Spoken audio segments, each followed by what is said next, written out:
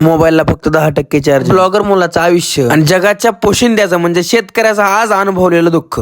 तर भावांनो, जय श्रीराम. मी आहे तुमचा गावाकडचा शुभे. आज आहे का नाही भावांनो, चार्जर नाही घेतला, काय नाही घेतला आणि पोहोचलोय कलिंगडाच्या रानात. तिथं बघू शकता तुम्ही अशा प्रकारचा कलिंगडाचा प्लॉट होता. मग आम्ही काय केलं, व्यवहार केला आणि कलिंगडा मस्त मध्ये आपल्या टेम्पोत भरली. आता पहिली गोष्ट तर काही 20% चार्जिंग होती निघताना, आणि ह्यात आपल्याला पूर्ण ब्लॉग बी बनवायचा होता आणि दिवस बी काढ, आणि उन्हात बाजारात बसून ही कलिंगडा आपल्याला विकायची होती. मग काय गाडीत बसलो,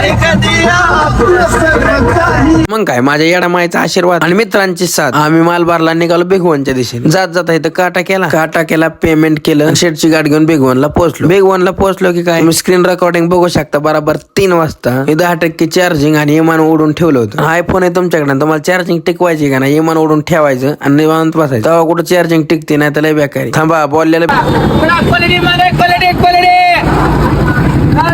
आयुष्यातील प्रत्येक दिवस हा प्रत्येक वेगळा वेगळा अनुभव देतो. तसं आजचा अनुभव बी जरा वेगळा. भावना, शेतकऱ्याच्या मालाची कवडी मोल, कचरा मोल किंमत. खरंच शेतकरी हा जगाचा पोशिंदा आहे बरं. लोक मॉल मध्ये गेल्यावर त्या मालाची किंमत जेवढी आहे तेवढी देते, परंतु बाजारात त्या मालाची मोल भाव केल्याशिवाय त्यांना तो माल घेऊच वाटत नाही. कारण का, तो व्यक्ती मोठमोठ्या डिंग्या हाणतो, शेतकरी जगला पाहिजे, शेतकऱ्याला सहकार्य करा. आणि भावना, तोच माणूस इथं कवडी मोल किमतीने माल मागत. आज माल विकत असताना शेतकऱ्याला किती मोठं दुःख असते आम्हाला समज. बाजारामध्ये वेगवेगळ्या प्रकारची माणसं भेटतात. प्रत्येक माणसाला तोंड देऊन व्यवहार कशा प्रकारे करायचा असतो, आपला माल कशा प्रकारे खपून काहीतरी पैसे आपल्याला राहिले पाहिजे, ह्या उद्देशाने आम्ही उतरलेली माणसं. त्यात मोबाईलची माझ्या बेंबळ. अशा संकटांना पार करून म्हटलं थोडं बदाम शेक घेऊन थंड व्हावा, आणि तेवढ्यात बदाम शेक घेतला आणि मोबाईल स्विच ऑफ.